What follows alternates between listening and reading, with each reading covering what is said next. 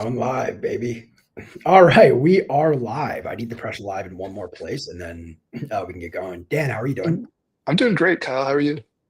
I'm doing great. I'm excited to share us to the world right now. All right, cool. We're live. Perfect. Dan, what are we talking about today? Hey, pretty wild past couple of weeks, huh? I mean, in the AI space, it's been crazy. Yeah, it's been super nuts. So I saved a couple things for us to chat. And for those of you who are joining us for the first time, which it would be because it's the first time we've done this, uh, Dan and I, every single week, we meet up and we chat about kind of what are some of the new things that are happening in AI. And I've curated some of those things. We're going to give our takes. We're going to talk about what's going on. And we're also going to talk about the implications it has on being an entrepreneur, being in business, and how if you run a business, how you need to be thinking about using AI, how you should be kind of navigating what's going on. It feels like things are moving so quickly, and that is very true. What's this kind of a waste of time? Where are we truly at, and how should you be using this stuff? So that's the plan here. And I thought we'd talk about robots first, Dan. What are your? Why don't we first give before we like actually dive in to the topic at hand? Share with me what are your thoughts on robots? Robots. So I grew up watching the Jetsons, and I guess I've been waiting around for a robot like that to show up. But in fact, I guess that we have robots around us all the time already, right? I mean, Roomba is kind of a robot, right? You It is. have, all kinds of little. I mean, the phone kind of has robotic qualities to it, I guess, from time to time. Yeah. And then cars are turning into big robots with the Teslas being self-driving and whatnot. But yeah, apparently we have humanoid robots coming our way soon, right? In houses in our homes. Yeah, well, so this was what I thought was pretty interesting. So, 1X Tech has opened up pre-orders for their Neo robot, which is a robot that is for your home. So it'll walk around your house, it'll do your laundry, it'll scare your kids, whatever you need it to do. The crazy part is it's only $20,000, which you'd think to have a home robot that does your chores and stuff, like it would be a lot more than 20 grand. Now, this is the point I wanted to bring up. A video has come out of them showing this home robot at work, and it's not great. Right now, it's remote controlled. So somebody, a human, is actually controlling the robot. And there's this video that's going around of it trying to do dishes or trying to load a dishwasher, and it really struggles to do this. Now, I'm not saying this to kind of talk negatively about the technology. It's obviously we're going this direction, and this is going to completely work out. But I want to highlight how difficult it is to do these things. Robotics is very, very challenging. It takes a lot of training in order to do robotics well. To get these models to be able to do things simple like wash dishes. NVIDIA has an entire team at their company that literally washes dishes all day. That's what they do. They take videos of them washing dishes. They remote control robots to try to get them to wash dishes. A lot of training data is required from humans to get the robot to be able to do a basic task like washing dishes. These things are not as smart as us, and I don't think they will be for a really long time. So this is just an interesting video for me because it shows really where we're at when it comes to robotics in the home as well as AI, like as a whole. I think we need to be more realistic about where everything is at, and we are much further away from this, well, utopia or doomsday, depending on your perspective, of AI just completely taking over everything. So anyway, I just thought this was a pretty interesting thing. What's your take? Well, have you seen the delivery robots? I mean, I was in Dallas a few weeks ago, and these delivery robots were everywhere. I think delivering pizzas or food of some sort, and they're everywhere. I was in a restaurant a couple days ago, actually, where there was I guess, a robotic waiter that would come around and deliver your food, and Really? specifically, yeah, it was coming in from. I mean, it's a rolling table essentially.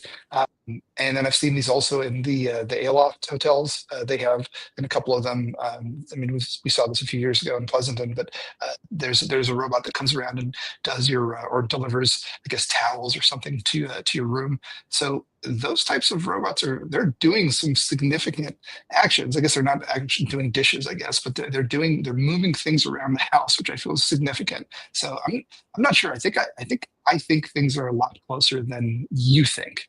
And I have no real grounds for that, but I just think that seeing these objects being carried around has done something in my brain to say, oh, wait a minute, I can imagine something around the house, just either cleaning up or organizing maybe or doing something, fetching me a beer, I don't know, something like that.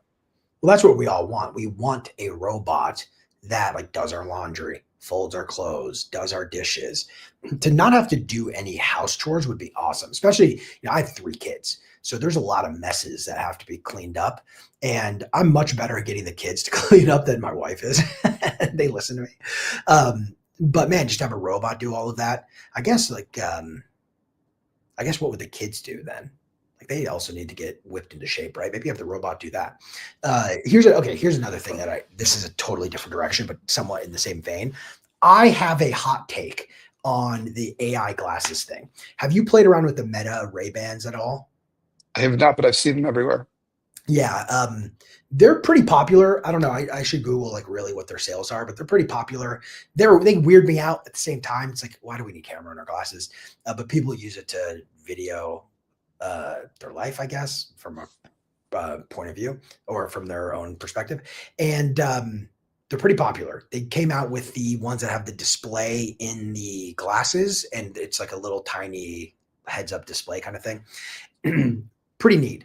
I went to a Best Buy and I was able to kind of check all of these out, and they're cool. I just don't know if I see AI glasses really being the next phone. I don't see like I don't see my wife walking around with Meta glasses on instead of having a phone in her hand. Like there's something weird to me about that. Not everybody wears glasses. So you're asking people who don't wear glasses to put glasses on. People who have glasses, like me, by the way, I'm an authority on this topic. The people who have glasses know like they are kind of annoying. Like I can't lay on my side, doing this is a little weird, right? I have to like work around my glasses. It's not the best experience. But I have a take on why these are getting pushed so hard. Again, they could just be more popular. Maybe the younger generation likes recording everything they do all the time. But here's my take. I think there's a big push for AI glasses because we need video of humans doing stuff to train AI in order to do that stuff. So this is exactly what Tesla did with the car. Put a whole bunch of cameras on the car. There's no LiDAR on Teslas, right? It's just cameras. And there's no LiDAR on me either. I don't use a LiDAR to understand distance, right? I just have my eyes. So you just have cameras on Teslas. And it took them a really long time to get enough data to get to full self-driving. So now we have full self-driving on the Teslas. I've played around with it. It's pretty impressive. I don't have a Tesla though, so I can't speak to it everywhere, but a lot of the people who do have them say it's really good. Maybe a few areas where it's not as good as they would like it to be, but for the most part, it's really impressive, especially the new update apparently is insane. It took a long time to collect enough data to be able to get self-driving to work correctly. And I think we're at that place where we need a lot of data in order to get robots, a humanoid robot to be able to do things like humans do things. A cool way to do that would be, can we talk a big percentage of people to drive a Tesla around / wear these little glasses and start recording a lot more of what they do. So just a wild take. I'm not sure if that's really the angle, but I do think there might be something there. Yeah, I think the only challenge I have to the glasses is if you're going to wear around a very expensive, thing on your face. I remember when they first came out with I think the Google Lens or whatever it was called, not Google Lens, but the Google glasses. Yeah, that's right. People were just getting them snatched off their faces in San Francisco. So I feel like that's the only challenge is that if you're going to wear around, several, I mean, I guess you're already wearing around expensive stuff, but that's the one challenge. I'm like, do I really want this on my face? And then I don't know, but they do seem cool. Also, what matters too is what do you get bullied for? Right? Like so much of what was cool when I was younger was what like would or would not get you bullied for. Like remember rolling backpacks? Rolling. Oh, right. Yes. Yeah, Right. sure. You got severe. If you had a rolling backpack at school, you were getting bullied and you were getting severely bullied. It was so bad that nobody would have a rolling backpack. Now, I don't know if rolling backpacks are a better experience than a backpack, but there were times in my life where my backpack was pretty heavy. So having a rolling backpack would have been nice. You wouldn't have caught me anywhere dead, with a rolling backpack. Like it's just a horrible situation to be in because you get bullied. And I think about that with a lot of technology too. If you have these thick glasses with cameras on it in high school, are you getting bullied? How long? You know what? Actually, here's a a real example. Dan, I just started wearing house slippers. Are you a house slipper guy? And You are. Okay, good. You're good. I'm glad we've had this conversation. We're having this conversation. I used to think house slippers were so dumb. Just wear your socks. Go around barefoot. What do you need house slippers on for? Like this is just your house. Walk around your home. I don't wear shoes in the house, but I I definitely don't wear slippers either for a long time. I thought they were pretty silly because all you ever see are old people wearing slippers inside. And all my Asian friends I had to wear slippers in their house. It was like hilarious. It was always like their grandma's giant slippers. They never fit me quite right, but hey, I still wore them and out of respect for them. So my point is the slipper thing is like a thing that I had an opinion on, right? I thought they were silly to wear a slipper in your house. Well, recently it's got a little colder and I'm older now. I'm getting gray. And I was like, gosh, my little feetsies are getting cold here. And I don't love socks on my feet now either. Like they just feel a little odd. So I bought myself a pair of house slippers on a whim, just because I thought maybe this would be a nice alternative. And I sort of rationalized it as, hey, it's really cold. I'll just wear them during the cold season.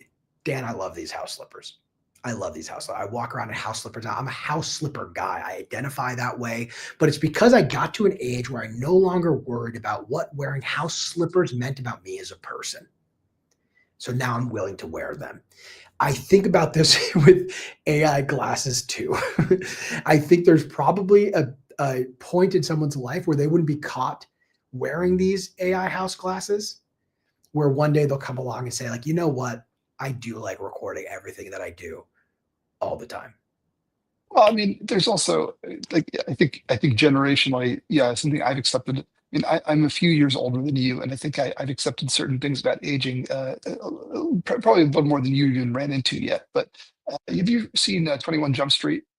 Yes, yeah, yeah, great movie. Okay, so Wait, the one of the original or the things recent one? I'm not talking about the remake, Yeah. oh, yeah. In 21 Jump Street, the character, like one of the cops is playing the high school kid, comes in and is trying to be a cool kid, so he's wearing the backpack on one shoulder, and then immediately all the other the actual cool kids are wearing on both because it's healthy for the back. They're being eco-conscious. They're doing all this stuff that we would have gotten literally bullied for. So things tastes change, and I think that if you want to, I mean, if you want to look at what the youth are doing, you look at how streaming has become, live streaming has become crazy, and it's a lot better to be doing it, I think, on a pair of glasses than to be carrying your phone around like this and walking around talking to something.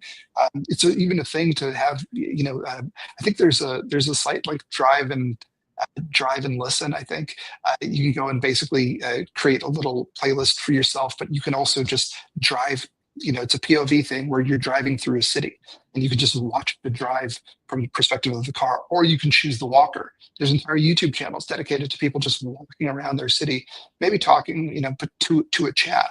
And I think that things are changing in how we literally live in this world. So I think that there's an angle there where maybe if you're actively in that community, if you're a streamer, or if you consume a lot of that content, and not just randomly filming stuff, I think that's nonsense. But I mean, I just moved to San Diego, and there's so many cool things here that I could see. If I want to record a walk on the beach or something, I could see that for maybe. So maybe talking myself into it, but I do think it's better than what we're currently doing, which is very awkward if you think about waving a camera around as we just as we go through our daily lives. Yeah, that's a good point. I wonder when it comes to uh, there is this big trend of people walking around filming their life, kind of what is called IRL streaming, in real life streaming, and there's big audience for it where they get a lot of viewers. Is that good? I mean, I think in general, the idea of living more and more of life online is not good, but I think it's the inevitable sort of trend. Mm, Why? What's attractive about watching somebody live stream them like going through their day?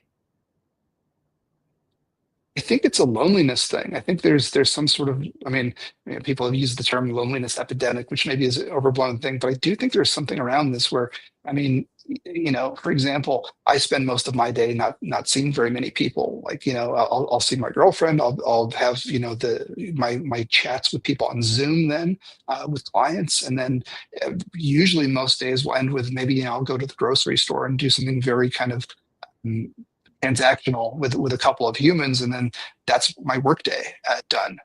It's not that social, and I think that for a lot of people, especially younger people, that's not healthy. But so I think there's something around that where, like, I mean, I don't watch people necessarily walking around. I mean, I have around if I'm interested in going to a city, I might look at one of these folks and do a little walking tour. So that's one weird thing that I'll do that's in that category. But if somebody's doing something, I mean, I've certainly watched streams where it's reaction stuff. It's somebody either playing a game or watching a movie, or if there's some sort of, if it's comedian watch along, I'll watch it because it's entertaining, but there's probably also an element that I'm not actively seeking it out, but it's probably something around like hanging out with friends that I don't really do much of anymore. So I think it's connected to that. Yeah, I have mixed views on it. It's it seems really weird to me to sit on your couch, sit on your phone, and watch somebody else live their life that they're streaming it to you. And their life is also probably a lot more exciting than your life.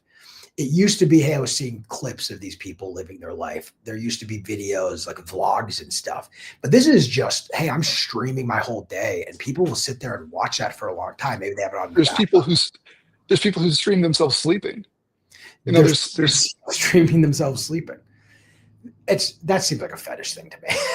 That's what that seems like to me. me too. But they're like watching somebody live their life is very bizarre to me. And it's possible I'm disconnected from the youth and I don't fully understand, but it almost feels like I can't live the life that I want. Therefore, I will try to consume the experience of that life through somebody else who actually lives the kind of life that I want.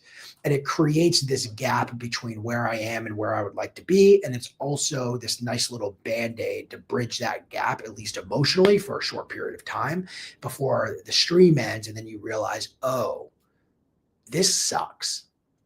And I get really worried about that kind of entertainment. And look, I mean, everything you could have said that when Diablo 2 or even Diablo 1 came out when I was a kid, and I spent way too much time playing Diablo 2 in high school. So you could say that you could make the same kind of argument. So I'm kind of like going that direction here as like this old man with a cane. But it does worry me that the glorification of other people's lives create this larger gap between your own, and it becomes a lot more challenging to find the good in your own life when there probably is a lot of it.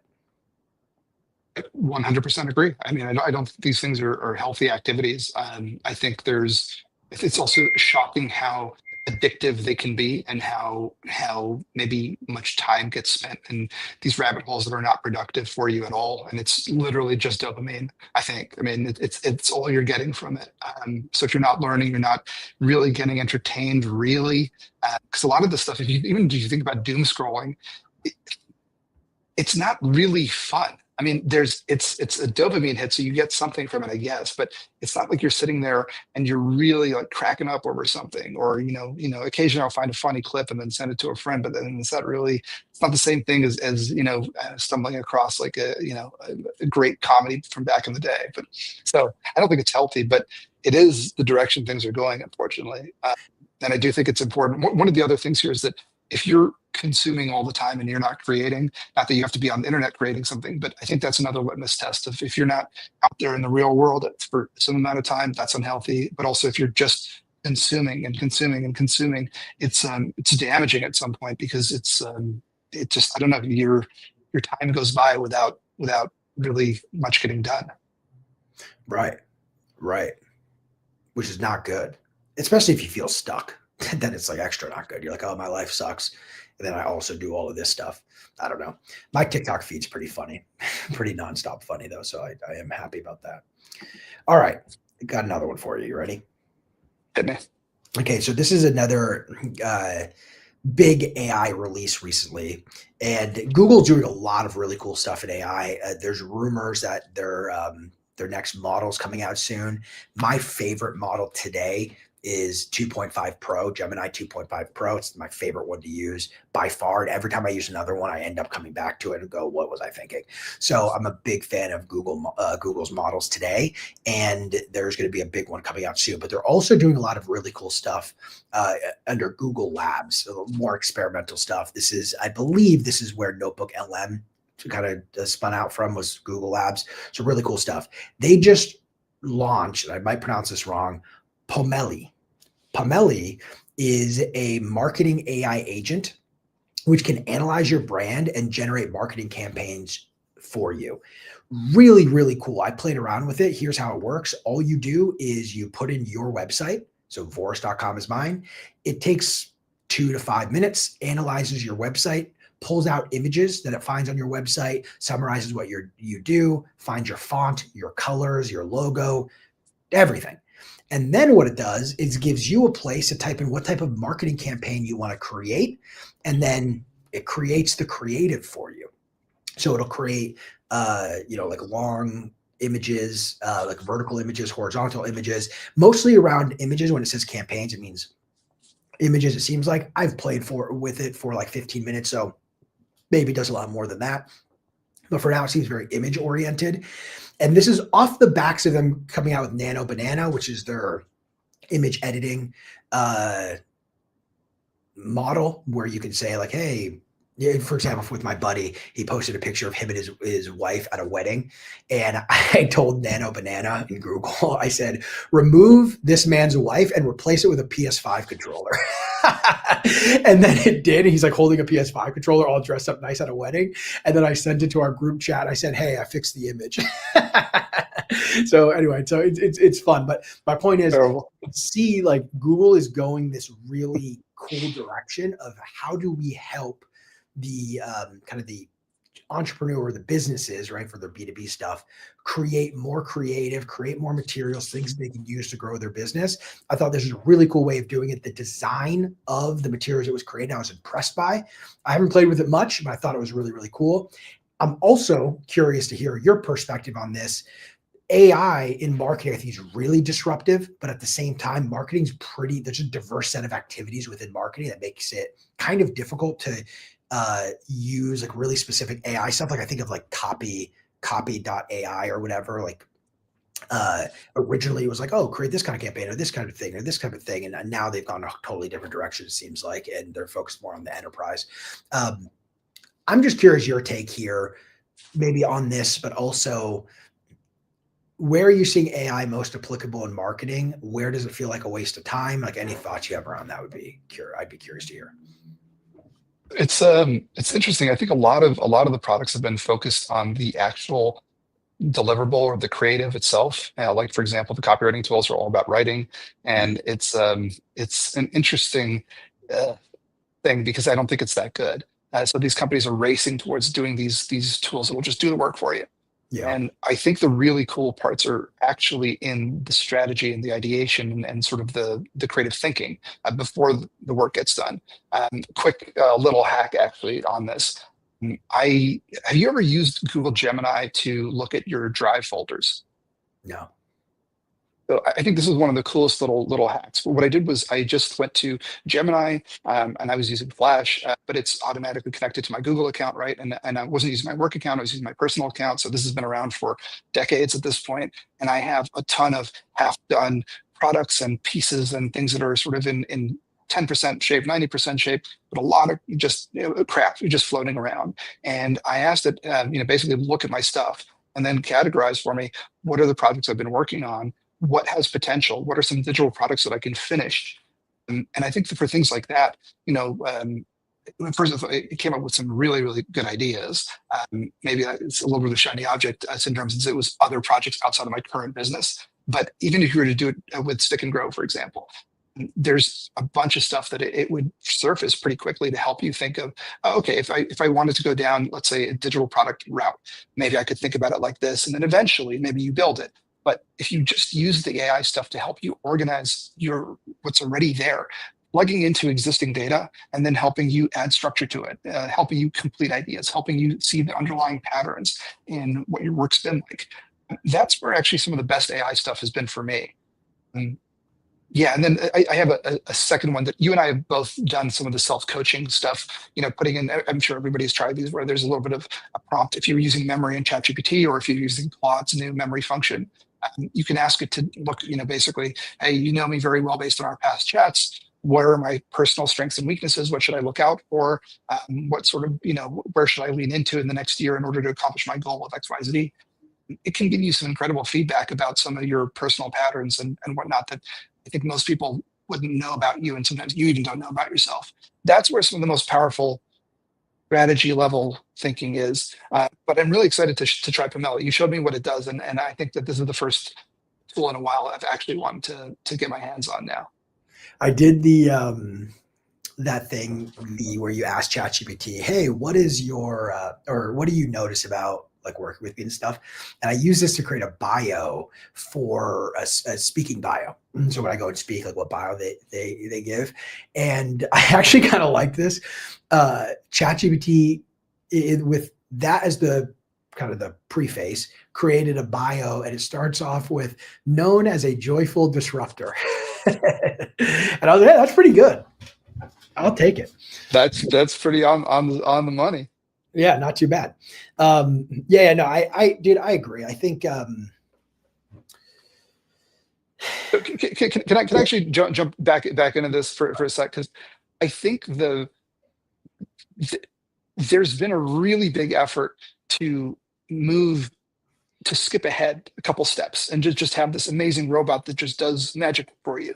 And instead, what I think is happening at the people using a lot of the AI tools the best way is that they're finding a really good spot to or have the AI meet them where they're at, or meet the AI where it's at, depending on how you want to frame it. But if you understand how the thing operates, and you can poke some holes in your own processes and operations and thinking, you can create so for example, some really good workflows. If you understand how it works, you can create some really good, products and marketing and even some sales stuff.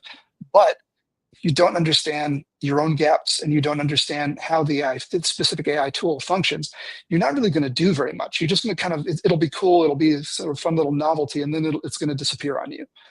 So I think that's the important part, is to really sit down and think through, what are you actually trying to accomplish? And then find, or if you're into a specific tool, what are you actually trying to do with it? And then where do you need to be at to give it what it needs to give you the right kind of output that you're truly seeking? Because it's never a magic button, at least not yet. No, not even close to a magic button. I mean, I have this conversation a lot, actually, where what I like to do is I like to find the workflow that I should be using AI with, as opposed to saying, hey, how can I use AI to just automatically do this whole thing? I look at the entire workflow and I say, okay, this is the job that I have somebody on my team doing. This job takes a lot of time, and I would like it to take a lot less time so they can go and work on other things that are really impactful. So I always start with what the workflow is, and then I break down that workflow into the little chunks that the AI can actually do, and do it quickly. So here's a real example of that. One of the things that we spend a lot of time on is, well, let me give a couple examples here. Okay, we'll go this direction. One of the things we spend a lot of time on is we spend a lot of time with call recordings. So our clients, they have sales organizations. We do a lot of go-to-market strategy work with them, and we do a lot of operations work with them. And at a certain point, it's like, hey, we have these sales calls that we want your insight on what my reps could be doing better to improve. And to listen to all of those sales calls is a pain. We will listen to one or two, and then we get feedback based on that one or two. And it takes us a really long time to listen to the whole thing. So that means we can only see a very small subset of the rep's actual calls, which means our feedback is only based on that one call. Still useful, but not all that great. What I did was I spent a ton of time thinking through how are we reviewing these calls, and what parts of the calls can we let the AI do a little bit of the heavy lifting on, so that way the human doesn't have to either listen to the whole thing, or they don't have to listen to every single call. They can listen to one call that seems like it could be the best, and then the AI will listen to the other ones to help support the feedback that they're giving, basically streamlining and making the call review process a lot quicker. What the first kind of rollout of this is the LLM is analyzing every single sales call, and it's surfacing how well the rep has qualified this deal. Do they have budget? Are they the right person? What's their timeline? Is there a strong enough need? Did they schedule a really good next step? It's checking how qualified is this opportunity, and how well did the sales rep do in qualifying this opportunity? Did they forget to ask certain questions? Should they have dug deeper in these certain areas? And then we have a really cool way of scoring how well they did in each one of the qualification criteria that we have. What this has now allowed us to do is see across all of the calls that the reps are doing, where they struggle the most when it comes to making sure that this deal is a highly qualified deal. So it might be authority, it might be the need wasn't really well established when it should have been, things like that. And what has happened as a result of that is we don't have to listen to as many calls. And in some cases, we don't have to listen to the call at all. We're so confident in the AI's assessment of this, because we've now tested it a lot. We've had real experts kind of review the outputs of this. We're so confident about those outputs that a rep can send us a call and we can just run it through our thing real quick and tell them fast what they could have done better. And what's even more incredible is with that context, with the scoring, with the calls, the context of that call being organized in the way that we do it, we're also able to ask follow-up questions about that specific deal across all calls that happen within that deal, and highlight red flags, green flags, things like this. So that's an example of a workflow where I wanted to make that faster for us, but that workflow already existed. And that's what I try to encourage people to do, is look and find the workflow that exists that could be done quicker. I've done this with our webinars. I've done this with a lot of content creation stuff. Find the workflow that could be done faster and let AI augment that workflow, as opposed to trying to find a tool or figuring out some like magic prompt that just from one push of a button does the whole thing that you want it to do. Break the workflow apart and use AI to assist with pieces of it to make that whole thing, instead of you trying to get it to work from a click of a button, take that whole thing that normally is 2 hours and let's make it 30 minutes. I mean, so I think there's a huge, I mean, I'm very frustrated with this idea of people calling out sort of AI slop, right? I mean, this has been going on for a while now. And when you look at the way a lot of people are treating AI tools, they'll put in a generic prompt, press that so-called magic button, and then obviously a generic output comes out, and they go, oh, look at this generic output, it's a piece of crap, look at it's AI slop. And in truth, you haven't given it any context. You haven't done any work on it. You haven't done anything. Of course, it's going to be generic. But if you sit down and give it the specifics about your situation. So, for example, in your case, you mentioned the workflows. Well, okay, don't just give me a webinar workflow. Here's my team size. Here's what I currently do. Hey, how can I make this better? Here's the output. Here's whatever. That gives you something very, very good. The difference between the two situations is night and day. And I feel like one of the things that it's surfaced for us, I think, in the last couple of years, is that a lot of teams don't know what's going on internally. And if you don't have things mapped out, you're going to end up with stuff that doesn't look very good. So this is almost like a great moment for teams. So this sort of raises the floor for everybody. Sort of say, okay, well, if you don't have your stuff mapped out, now's the time. Get your data in better shape. Get your workflows clearly mapped out and your team actually aligned on doing these actions. And then once you have all that in place, I mean, things could be really, really powerful already. Here's a question for you, or here's something to contemplate. Maybe it might be the form of a question. Let's see how it comes out. Did the AI generate slop, or did you provide the slop? Maybe the AI is just a reflection of what you have given it. Maybe you are the slop. Maybe it is not the AI itself. I mean, I know you're half joking, but it's a mirror. Like the AI stuff is especially in its current form, it's a mirror for whatever you're doing with it. So if you're putting in a bunch of garbage and not giving it any focus, then or asking it to again create something very specific with no specific instructions, then that's really on you in my mind. Versus, and at this point, there's really no excuse. There's a ton of prompt courses. There's a ton of there's been a huge opportunity to just mess around with the various tools.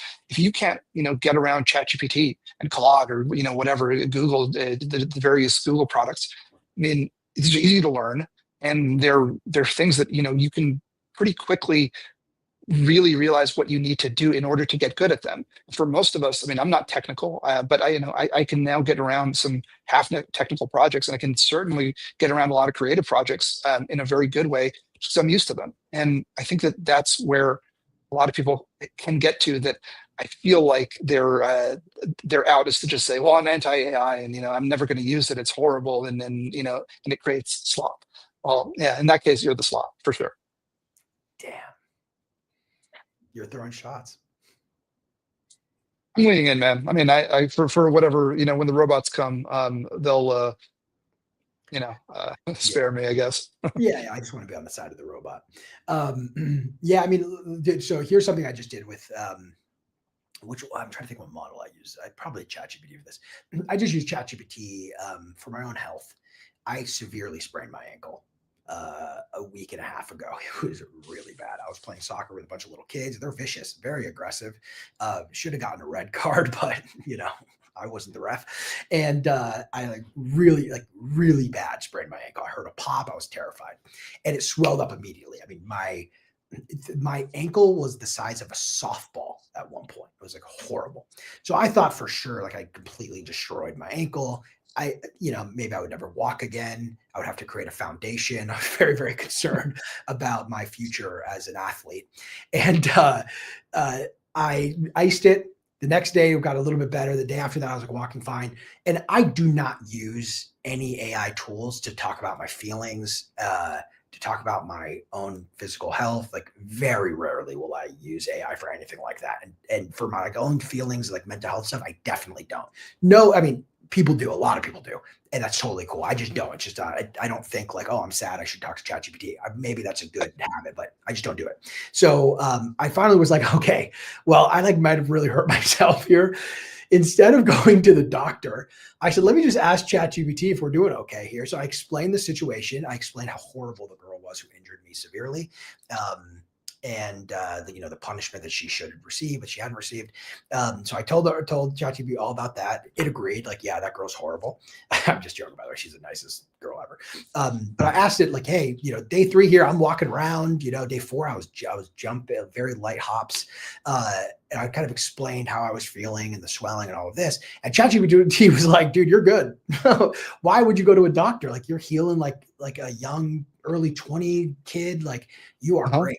So I didn't go to the doctor, and we're about a week and a half in, and I'm about probably 90%, maybe 85 on the low end, but about 90% back. I'm feeling good. I'm kicking a soccer ball again. I'm not on the pitch yet, but things are going good. So I don't know, just an example of, I think a good use case. Let's say me a doctor visit, take a couple hours out of my day to go do that. That would have been horrible. Instead, I had a nice resource to help me navigate my injury without needing the expertise of a doctor.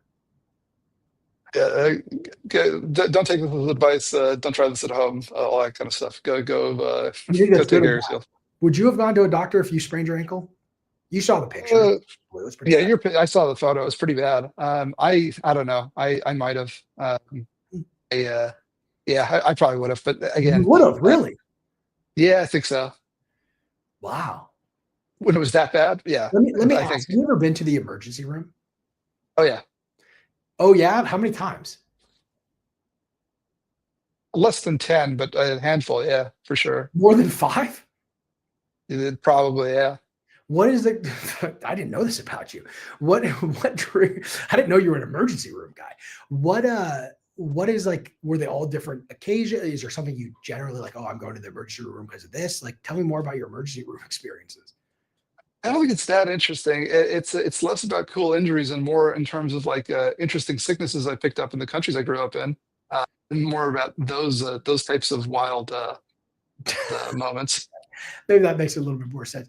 I have never gone to the emergency room. I tore my ACL and meniscus, and I didn't go to the emergency room. I went to the doctor like 3 or 4 days later when the swelling didn't go down. I was Not like, good, man. I think this is actually pretty bad. I called and made an appointment. Like I just don't. I don't go to the emergency. Actually, I'll tell you a funny story about this. When I was a kid, every summer I used to go to Greece, and we would go to Greece for like 6 weeks, like almost 2 months. I would be in Greece. So while everyone was playing with their friends over the summer, I was in a foreign country, no internet or very minimal internet, and didn't speak the language, had no friends, very by myself. One year when I went to Greece, I got a sickness from the water. I think it was from the water, and Dan, horrible, horrible vomiting. Straight projectile. I projectile vomited all over one of the walls in the bathroom when I was running to try to get there on time. I have never to this day been as sick. And just actually, let me paint the picture real quick. I don't throw up. I don't throw up. You're looking at somebody who does not throw up, not because I've never been sick enough to, because I will not let myself throw up. I lock in, I grit my teeth. I could be there for 8 hours. I got the stomach flu once that my wife also got. She was vomiting nonstop. I was in my bed, clenched hands, clenched feet, clenched jaw for 8 hours. By the time I got out of my bed, there was a full like, you know how like when someone like falls out of a skyscraper, they put that little chalk outline. It was that of my sweat because I just didn't. That's not good. Well, I Your locked body in. needs to get it out. You got, No, yeah, my body. 100%. And well, here's the beauty: because I force my body to fight through the sickness. I have an insane immune system, unreal. Like that's probably why I don't even need to go to the doctors. Are shocked by it. They're like, look at the specimen; he's incredible. So I don't throw up. So this was the sickest I had ever been. It's not good, man. Well, I fought through it, Dan. I'm a better man because of it. If You you would have fought through it quicker had you just gone and done whatever you needed to do. with what Yeah. medication, No, with throwing up. I If don't your need body, medication. And I'll even say this: you don't need medication. You need a better mindset. It's both oh my starts God. with him, Yeah, but please don't listen to one this goes advice. to If you're another. sick, go see a doctor. All right, this is not medical advice, but I just think a lot of people go to the emergency room for nonsense. And you know what? I'll even say this. If you work in an emergency room, I want to know what percentage of the people you see, like you really, Ooh, they could have they could have stayed home. That's what I want to know. I want to know what percentage of people who go to the medical or go to the emergency room really could have just stayed home. That's my question. I can think of it's a worms, high man. percentage. In fact, I will go on record here. Okay, clip it. I will go on record here that 70% of emergency room visits are things that the person could have just stayed home for. One of my 10 commandments. Thou shalt not go to the emergency room for nonsense. It was spoken, and therefore it is so. You heard it here. You heard it here. All right, next thing. I want to chat about where's my thing here? Okay, here's a stat, and I do think this is AI related. 58% of students who graduated within the past year are still looking for a job. This was based on a study from Fortune magazine. I don't know what they are, Fortune. And that's a pretty insane number. Like, let's round up, call it 60% of students are still looking for a job. Now, I don't know what that means. Does it mean that they're just looking for a job, but they're not applying that much? I'm going to go ahead and say they're probably applying quite a bit. This is what I think would happen if you're a student, you're looking for a job, right? You just graduated. So it's about close to 60% of students are not getting hired. And I think part of this is AI related. I think a big part of this is the economy. I think just companies not hiring all that much right now. They're nervous to hire. But that is a pretty scary environment to walk into as a student.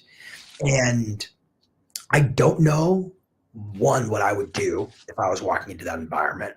But I also don't know.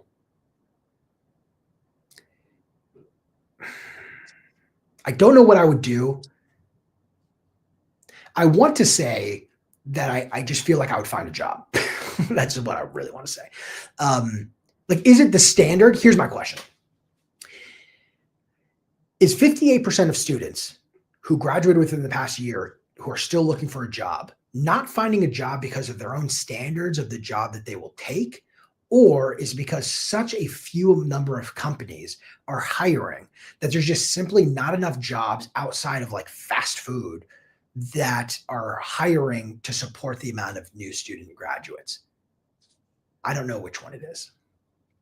I don't either, but it sounds like it's a mix of and it's probably a mix of both. And I think either way, it feels like this is getting worse. I mean, it certainly, like I know that I graduated into a difficult time. I mean, I graduated into the 2008 crash, and that was not the best time, I think, for finding work. I know things picked up after that for the next sort of mini generation of folks coming out of the next wave of graduates in the early 2010s. But certainly, it feels like, consistently there's more and more challenges for basic stable careers, and I think it's a problem. And I think the AI stuff happening now is probably not a good thing for that specific stat. There's the places that AI are replacing, the jobs that they're replacing are mostly low level, low skill stuff that's not manual. So there's some level of kids coming into, expecting to be interns or expecting to be, some sort of junior level something. But in most industries, that junior level something is already pretty replaceable, which is probably not great. Not great at all. And I want to talk about two big news stories that just came out this week. One, excuse me, Amazon is laying off 30,000 corporate employees. They announced this layoff of laying off 30,000 corporate employees. So not the warehouse employees on the corporate side. 30,000, Amazon laying off 30,000 people is a very small percentage of their total workforce. And a lot of people who are like trying to say it's not that big of a deal will point to that. It's like less than 1%, or it's about 1% of their total workforce. It's roughly 10% of the corporate workforce. The vast majority of Amazon employees are warehouse workers. You look at the corporate side of Amazon, this set of layoffs is nearly 10% of their corporate workforce. This is a huge layoff. And if you look into some of the details of the layoff, it seems like this is more of a budget moving thing. It's not like, hey, we're going to lose, like we have too many people. It's like, hey, we need more money to buy compute. And it's actually to help support the AWS side, especially with all of the AI stuff that the AI infrastructure that they need to be able to provide to their customers for AWS. They just simply don't have enough compute to meet the demand. So they're reallocating the budget that they had for these 30,000 employees to buy more data center infrastructure. That's what it seems like to me. Again, like do some more research into this if you want to. Either way, that's a huge impact. There's 30,000 people entering the workforce right now. It's 10% of their corporate workforce. Amazon believes that they can operate their company with 10% less people on the corporate side. And I don't think they believe that solely because they're using AI and they're becoming so much more efficient. I'm not sure if that's true. Maybe it is. I don't know if they're really using AI in that way today. Maybe they are. But either way, they feel like these 30,000 employees aren't really necessary. Another crazy statistic that came out, or crazy news story that came out, is UPS is laying off 48,000 people. I want to make sure it's laying off. They've announced the elimination of 48,000 jobs in 2025, including 34,000 positions in its operational workforce, which is drivers and warehouse staff, and 14,000 management role. These are layoffs, and they're part of this major restructuring that they're doing. We're about to go into the holiday season. This is the busiest time. UPS also just had a beat Wall Street's expectations for third quarter earnings. They just did their earnings thing. This is really shocking to me because on one hand, I am very realistic. I feel I'm very realistic, very grounded in where AI is today and the impact of AI that AI has on jobs. I have always said it seems like the current impact of AI on jobs is companies aren't doing these big layoffs. They're kind of in this holding pattern where they're not hiring and they're trying to see how things shape up. I'm starting to see signals now where companies are going, hey, AI or not, I can reduce some of my workforce and probably still be equally as effective. And another angle I'll take on this too is AI is a great scapegoat for this. So whether the AI is the cause of these job losses or not, which I'm not sure if they are, I think maybe it's part of the narrative. It's definitely part of the narrative, but and maybe there's a little bit of that going on. I'm not convinced that this is solely AI thing. But man, if you're on an earnings call and you're an executive at one of these companies, you say like, hey, look, we're doing big investments into AI right now. We just simply don't need as many people because AI is making us a lot more efficient. You can get away with a big layoff without taking a hit to your stock price. Man, wouldn't you just try to paint everything as AI's fault? Probably I would. mean, it's definitely. I think there's a little bit of that wave happening. It might have started even with Twitter. I mean, maybe that was the big one. Some of these takeovers and just basically clearing house. Mm, yeah, I think you're right. I think AI is a scapegoat, if anything. There, I think there's a lot of companies that are trimming the fat, so to speak, and in some cases, I mean, in personally, I don't like what Elon did with the government stuff. I think they just started eliminating entire departments or entire, people were being fired for no reason. It's just eliminate their roles. So I don't think it was done correctly, especially in the government sense. But then in some of the companies, I mean, I don't know. I have no way to judge whether that's good or bad, but it's part of a big trend, and it's definitely scary. If I was a young person trying to get their first job right now, I'd probably be a little worried about where the environment's going. Hmm. What like if you were a young person looking for a job right now, but actually let's take a step back. What industries do you feel like are most insulated from kind of the AI and robotics takeover that we're expecting over the next 20 years? So I think there is a moat around certain physical trades. So I think that there's something around, for example, being a roofer or being, maybe even an electrician or a plumber, something like that. So something about the trades, we've already seen a sort of move back towards that direction in general over the last 20 years, let's say. It used to be a taboo thing to even say that you were going to go in that direction instead of, for example, going to college. And I think that's, maybe there's some overcorrection that was done previously. It's needles moving back a little bit. Okay, there's some moat around that. I also think there's a moat around some of the highly skilled stuff. So maybe around medicine, maybe around, I think AI is definitely going to come in more in biotech and other stuff. But in terms of the people at the top, I think if you're at the top of most industries, you're fine. And industry-wise, I think if you're in those categories where there's a physical element, you're probably a little safer. But I don't know that I would make my decision just based on that, though. How about you? A little bit of a different direction here. I just think about what OpenAI is doing right now. They created these models.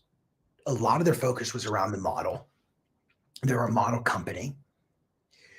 Yet recently, what we've seen from them is Sora come out, which is a consumer application with AI generated videos, which kind of sucks, to be honest. I scrolled through. I think it's pretty lame.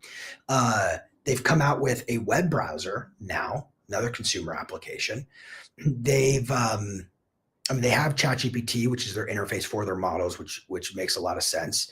They're working on hardware products. They acquired this company, I forget the name of it, that does kind of like AI computer use that's like actually within the computer itself, so not the browser.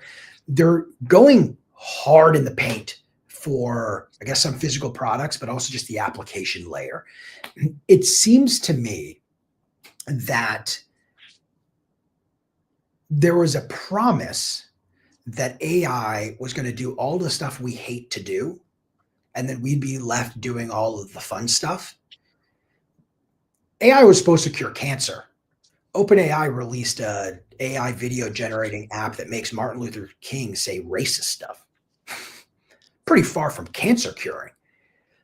I think these things take a lot of time. And if I was a young person today and I was looking for a job or trying to figure out what industry to be in, I don't know if I'd really think too much about where is AI just going to replace everything. I would think about where do I feel like I'd have the most fulfillment or at least enjoy the work the most and just try to be really good at it and hope that AI doesn't replace me. Like maybe a little doomsday, but like even if I think about plumbers and electricians, like those will eventually be replaced too. So it's like, well, maybe you get your one generation and you're the last generation. You know what? I do think in 50 years, plumbers will be robots. So maybe if you're young now, you'll be 60, you'll be retired by the time the robots actually replace you. Cool. I just don't know if we should be using that as a metric to determine what direction we want to go in as our careers. Just focus on doing the best you can in whatever industry you actually like. So newspaper publishing, maybe I shouldn't worry. Well, based on my logic, you actually should get into newspaper publishing. Yeah, I mean, maybe like for sure, like at some, like think about it a little bit, but like, Yeah, no, you're right. You know what it is here? I thought about this the other day. Let me just remember okay. I was listening to Euphoria. I was listening to Euphoria by Kendrick Lamar, the Drake disc, and it's awesome. I mean, you listen to it, you're like, holy crap! Like he went in on Drake in this music in this song. I cannot get my brain to be convinced that AI could write and deliver Euphoria. I just can't see that. And I get like, what do you mean? It's getting twice as good every single year. It's going to double in performance. For AI to sit down and write Euphoria, I just can't, as a thought experiment, I just can't see a world where that's possible. I can see it writing. I don't see it writing any great song. I can see it writing, what's a crappy song, Dan? Or like just a song everyone likes, but it's like, whatever. I can see it writing Taylor Swift stuff. But is it going to write Man in the Mirror by Michael Jackson? Eventually, it also probably won't touch kids either. So, so maybe there's a trade-off. I knew there was a setup. But you see what I mean? Yeah, but also I think if you're at the top of any space, you're fine. I genuinely think that pick the space. Even I was making fun of the newspaper stuff or digital or print media. If you're at the top, you're fine. You're going to be fine. There's no threat anytime in the next few decades, probably, but eventually. And I think this stuff is going faster than we'd expect. And I mean, for your kids, maybe I think that generation has an interesting thing coming up where they're going to graduate in 10 to 15 years. That's maybe over their lifetime, but I don't know. We'll see. I think maybe I'm not doomsdaying it yet for sure, but I think you should just be looking to be at the top and then not worry too much about what happens, just as long as you know what the playing field is. Maybe one of the last areas that AI will truly take over is going to be live sports. Watching a human kick around a soccer ball is a lot more fun than watching a bunch of robots kick around a soccer ball. Maybe humans versus robots would be pretty cool. So maybe you do some of that. Think about all the sci-fi movies where they talk about like a post-robotic world. And I do feel like it's a lot of this like dystopia where the humans are in the arena playing sports for the robots, right? I've seen that a bunch of times. Maybe that's the direction we all go. Maybe everyone should aspire to be a professional athlete.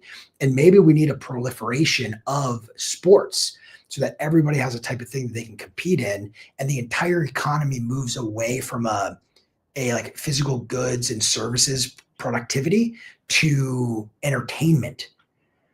AI can create movies and stuff, sure, maybe, but maybe we go full in. Like, there's so More much. creative. Yeah, Yeah. not just creative. I actually don't know about creative. I think part of it will be creative. Like, I really like this AI music that pops up on my feed, but it's always a 1940s blues version of Many Men by 50 Cent, and it sounds awesome. 50 Cent wrote the song, right? He wrote it. I don't see AI writing Many Men.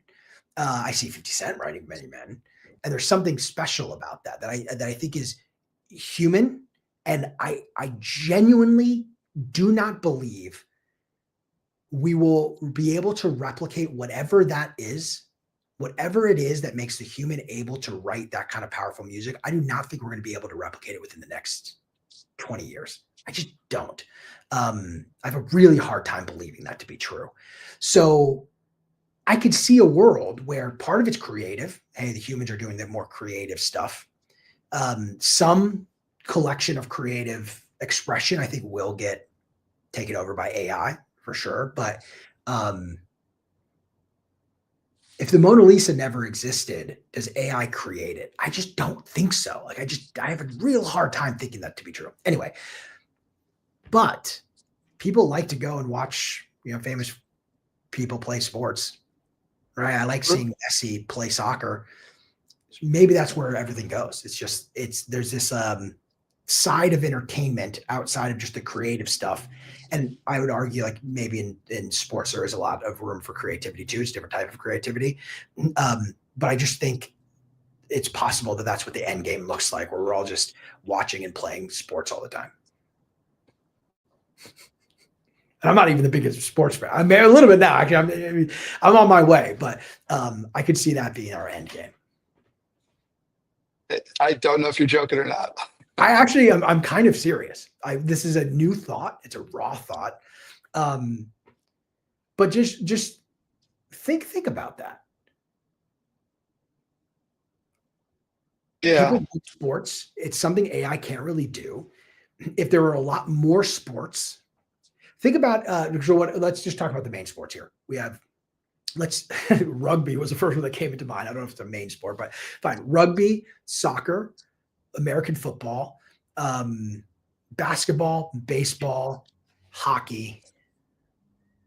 Okay, and all the Olympic sports and stuff. That would be my number 7. So disrespectful. But those are the 7 primary sports. What if there were 80 sports? And I like Mutt. I'm a big Mutt fan. What is Mutt? You've never heard of Mutt? And it's some wild sport that's played in some weird way that I really like. The Aztecs had a little game that they liked. That was like, they had a sideways basketball hoop, and you was that the Aztecs or the Incas? I think it was the Aztecs. Anyway, the Aztecs did 80,000 human sacrifices a day, by the way. That's a real statistic. 80,000 human sacrifices a day. That's what the Aztecs were doing, okay? How many years would it take us to create an AI that comes up with that idea? Maybe not long. But my point is, like, there's all of these sports all throughout history. Oh, I like this sport. I like that sport. Like, oh, this kind of sport here. If there's a proliferation of all of these different sports, and then you become fans of all of these different sports, I could see an end game where AI does everything, and then we just play and watch sports all day and talk to our friends. I somehow think I think the creative fields, I think, are the low level is going to be taken over, but at the higher level, I think there's a lot of really interesting stuff. Like, I mean, I've been watching a TikTok account recently that breaks down classic art. And it's the most interesting thing I've come across in a long time. And it's basically, it goes through, stuff, paintings that I've seen before, but I've never paid any attention to. I thought it was very boring. And it goes through the storytelling and the symbology and the insane amount of metaphors that went into this piece. And it's the first time that I actually appreciate some of these things as a true work of genius. Things like that, I think you're never going to get. I mean, I don't know if you can ever replace that level of creativity. But again, I don't think it's something we have to worry about it anytime soon. And I think it's going to be, it's down the road. And the ingenuity, like, dude. So I just watched this video the other day. There was a guy in ancient Rome. I'm blanking on his name. This is a Michelangelo level person, and Michelangelo, we know him a lot for his artist, but he also had all these inventions. He was like this incredible engineer. This is guy's same level, Greek guy, by the way. I just forget his name. Shout out to the Greeks. But so in the Roman Empire, actually, let me ask you this: did you know that in the Roman Empire they had automatic doors? I did not know that. Nobody knows this, Dan. In the Roman Empire, they had automatic doors where you would walk up to it. And here's how it worked: you'd walk up to the temple or whatever, and there's a whole closed door in front of you with no handle. You're not opening that door; it's very heavy. What they would do is they would light a fire. There's like two pits of two fire, whatever places to set fires. You would light it on fire, and then probably who knows how long it is, 30 seconds to a minute would go by, and the door would open for you automatically by itself. And how they did it was you would light this fire, it would heat up this this pipe or tube that would go into a pressurized container of water. That water would expand, go up through this other hose into a bucket. That bucket would get weighed down by the water, causing another mechanism to turn open the door. And then once you doused the flame and then the water cooled down, the contraction and negative pressure would remove the water from the bucket back into this pressurized container, and then the door would close. The Roman Empire had this. Someone invented this during the Roman Empire. I really have trouble believing that AI could have invented that thing out of nothing. I don't know if that's as simple as we crunch enough data and our output is this really sophisticated way of opening and closing a door. I mean, maybe I'm just, a human idealist, guilty as charged. But I just have a hard time. That is incredible. I just have a hard time believing that AI is going to do that. Do you think in, let's say, a couple million years, there's a human, first of all, either A, are we still around X million years from now? B, is there another species, but one that we've sort of, that we're the ancestors of somehow? Or C, we're just not around at all? Well, most likely we're not around at all. There will be a different species that post us. I don't know if it's like an evolution of us, possibly, but I mean, look what happened to the dinosaurs, right? They all got fucked up by the meteor. Yeah, it's typically a climate event, right? There's going to be some kind of big climate event, and it's going to screw everything up, and we're all going to die. That's how we're going to go. Climate event, or like everyone nukes each other. That's also possible. But yeah, I don't know if we're around in a million years. Yeah, I think there's an interesting couple of tipping points, but if we start colonizing the various planets, that'll be an interesting, because I think all these big changes that supposedly are on the horizon would probably involve, some sort of, I don't know where we're going, but AI is probably involved there pretty heavily in a different capacity than we can imagine. Yeah. What if AI, like as we think about it today, what if we're just completely wrong? And what if it just becomes a better and better chatbot? Like we just extrapolate, like, oh, it's just going to infinitely get better. What if that takes way longer than we think to get to a place to where it actually is replacing the human? Yeah. Maybe it doesn't matter how long it takes, but it could take 100 years. Like right now, there's still humans that make jewelry. Why? We have machines that make jewelry. So I don't know. I'm not the doomsdayer. I do think people are going to lose a lot of jobs in the short term, but I don't know. I have trouble thinking that there's going to be this like post-apocalyptic human world where we're all struggling to get by. I agree. We'll see what happens.